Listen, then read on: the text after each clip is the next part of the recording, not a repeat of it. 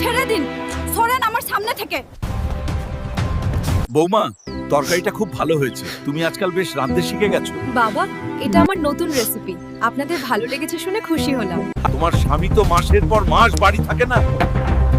এই কথা বলা ঠিক না বাবা। মানুষ কি বলবে? ছেড়ে দিন, সরেন আমার সামনে থেকে। এই বাড়িতে কিছু একটা ঠিক হচ্ছে না। তোমার বাবার চরিত্র ভালো না।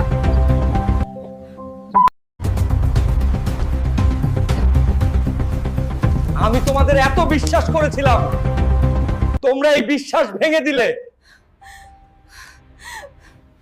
আর না, আমি তোমার সাথে এক মুহূর্তও থাকতে পারবো না, সব শেষ। তুমি কি বলছো এসব?